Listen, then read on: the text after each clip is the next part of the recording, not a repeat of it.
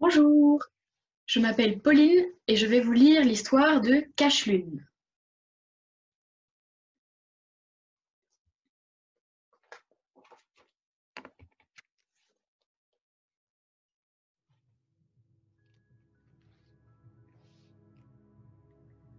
Cela va bientôt faire 300 ans que Zamoléon exerce le métier de Cache-Lune.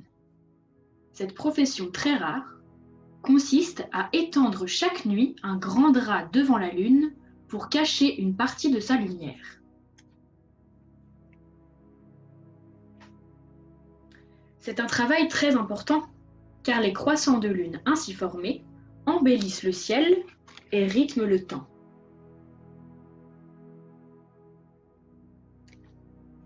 Il faut beaucoup d'énergie, d'adresse et de savoir-faire pour accomplir cette tâche. Et les nuits de repos sont rares. Ce sont les nuits de pleine lune. Zamoléon a eu son diplôme de cache-lune il y a bien longtemps. Il est le dernier représentant de cette profession. Et aujourd'hui, il se sent totalement épuisé. Pour qu'il puisse enfin se coucher, quelqu'un doit venir le remplacer.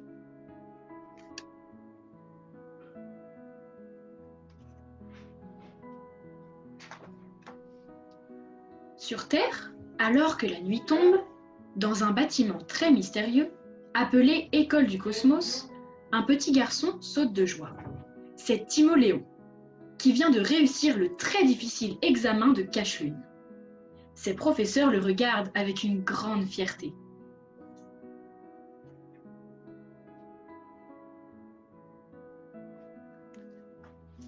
Timoléon, te voici devenu quelqu'un de très important, lui disent-ils. Mais le temps nous est compté. Le vieux Zamoléon est épuisé, et tu dois cette nuit même aller le remplacer.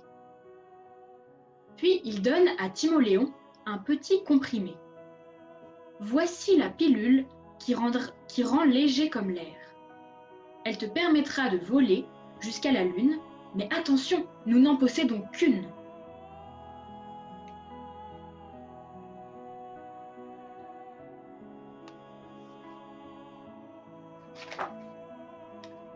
Timoléon met la pilule dans sa poche et quitte l'école du cosmos en courant. Au bout de 2 kilomètres, il s'arrête net et lève ses yeux vers le ciel. « À moi la Lune !» hurle-t-il en plongeant la main dans la poche de son pantalon. Mais il a beau remuer les doigts, la pilule ne s'y trouve pas. Malheur! Timoléon, paniqué, découvre que la poche de son pantalon d'écolier est trouée de tous côtés. La pilule qui rend léger comme l'air est à jamais perdue. Et nos croissants de lune? Bientôt, il n'y en aura plus.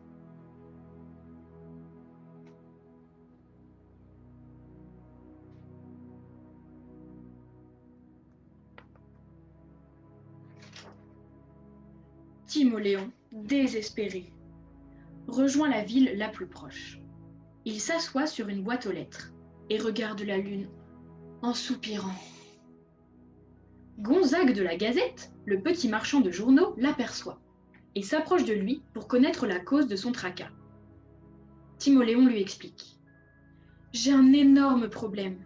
Je dois à tout prix aller sur la Lune et j'ai perdu la pilule qui rend léger comme l'air. »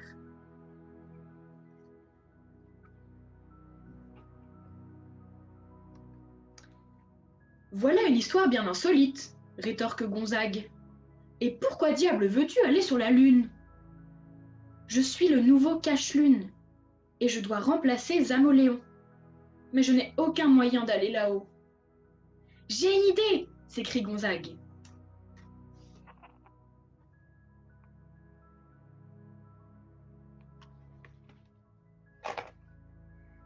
Il tire Timoléon par la manche de son veston, l'emmène sur le toit d'une maison, attrape ses journaux et confectionne un immense avion de papier.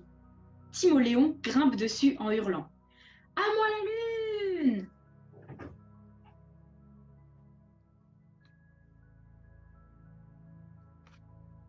Aussitôt, Gonzague pousse l'avion du haut du toit et le regarde s'envoler.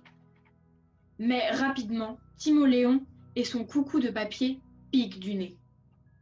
et s'écrase dans un bosquet.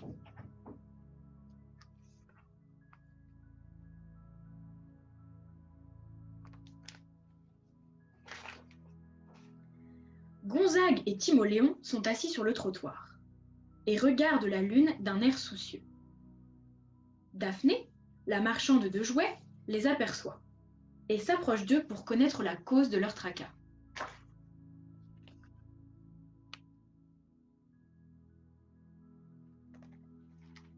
Timoléon lui explique: si je ne parviens pas à rejoindre la lune avant le lever du jour, le vieux Zamoléon ne sera pas remplacé.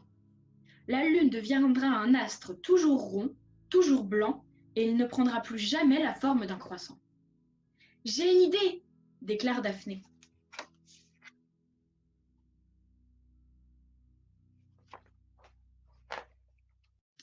Elle attrape Timoléon par le col de son veston, court jusqu'à sa boutique de jouets, s'empare de son plus grand cerf-volant et y attache Timoléon bien solidement. Puis elle sort, vérifie la direction du vent et lance Timoléon qui s'élève dans les airs en hurlant « À moi la lune !»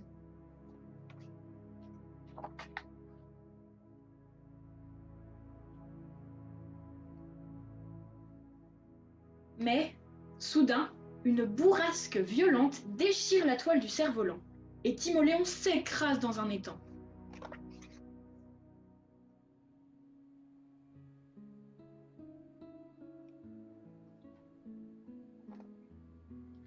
Daphné, Gonzague et Timoléon sont assis sur un banc public et regardent la lune d'un air pathétique. Roland Pendule, l'horloger, les aperçoit et leur demande la cause de leur tracas.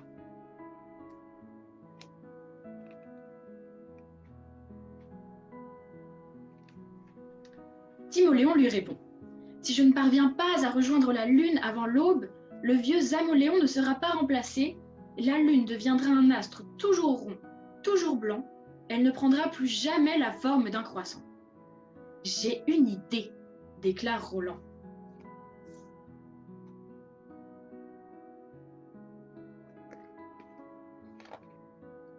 Il attrape Timoléon par les pieds, lui arrache ses souliers et fonce jusqu'à son atelier.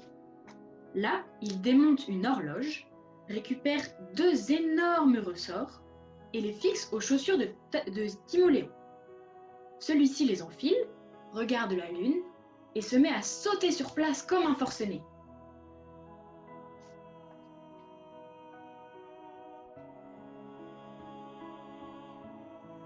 Mais rapidement, Timoléon a des ampoules aux pieds. Au bout de 40 bonds, épuisé, il retombe sur le nez.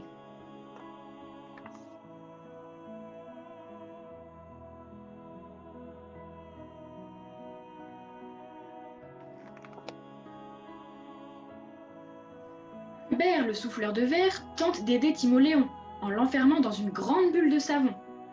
Margot, qui parle aux oiseaux, le fait soulever par 300 moineaux.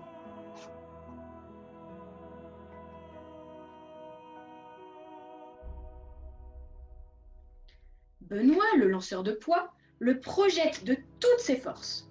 Marlou, le voyou, construit un immense lance-pierre. Tout le monde veut aider Timoléon, mais personne ne trouve la solution.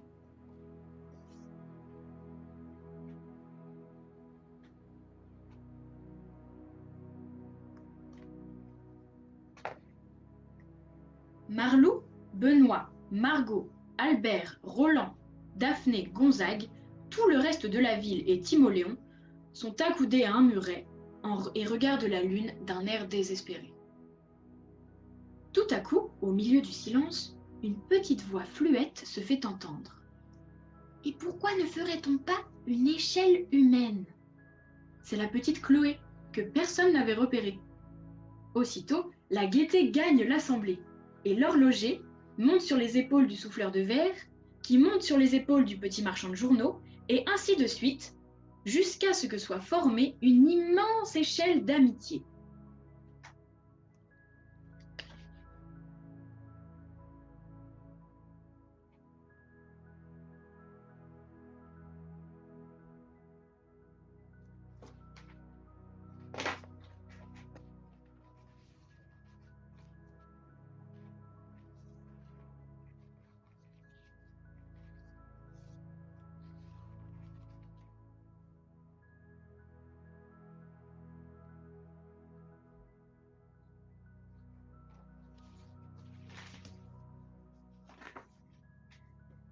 Zamoléon prend aujourd'hui une retraite bien méritée.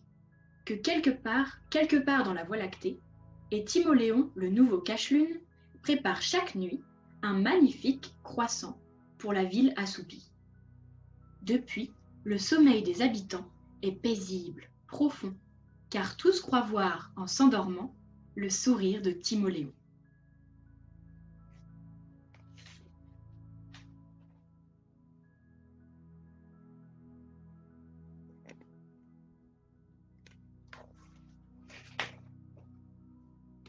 Voilà, merci beaucoup de m'avoir écouté et à bientôt pour une nouvelle histoire.